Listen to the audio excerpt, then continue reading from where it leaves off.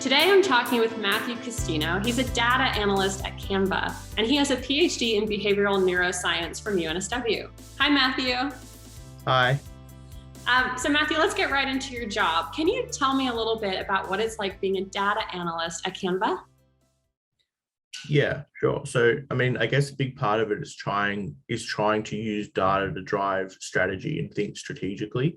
So, I work in marketing. So we're trying to, specifically in lifecycle marketing. So we deal with like communication with our users through email and push notifications and messaging in the product.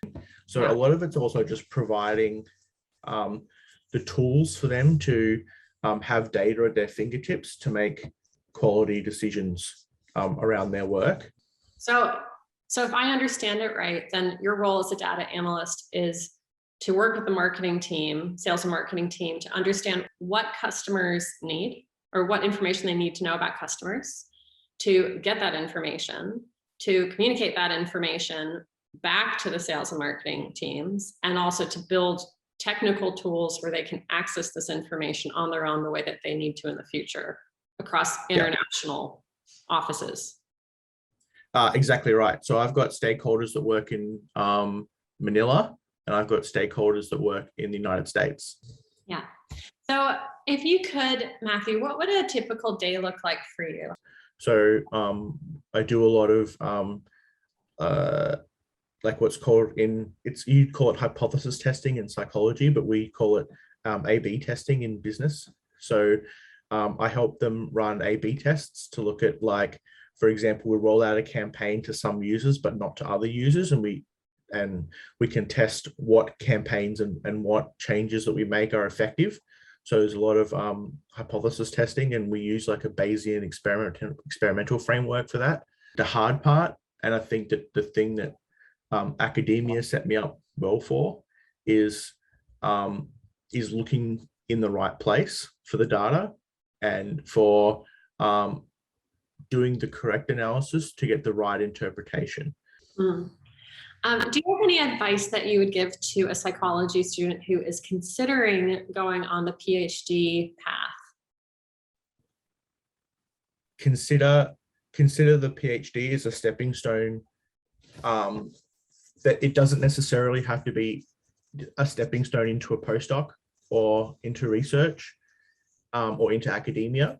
That what you're getting from a PhD is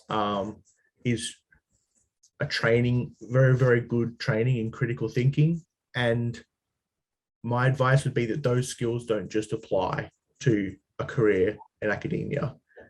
That being said, a PhD is very challenging. It's something that you probably shouldn't enter lightly, in terms of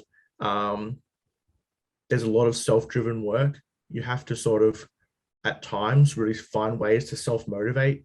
So while I would say that you're definitely getting, broad training in a lot of different valuable areas that a lot of different places would value, it can be tough, and it gets stressful trying to get there. But I certainly don't regret doing it, even though I didn't take an academic path.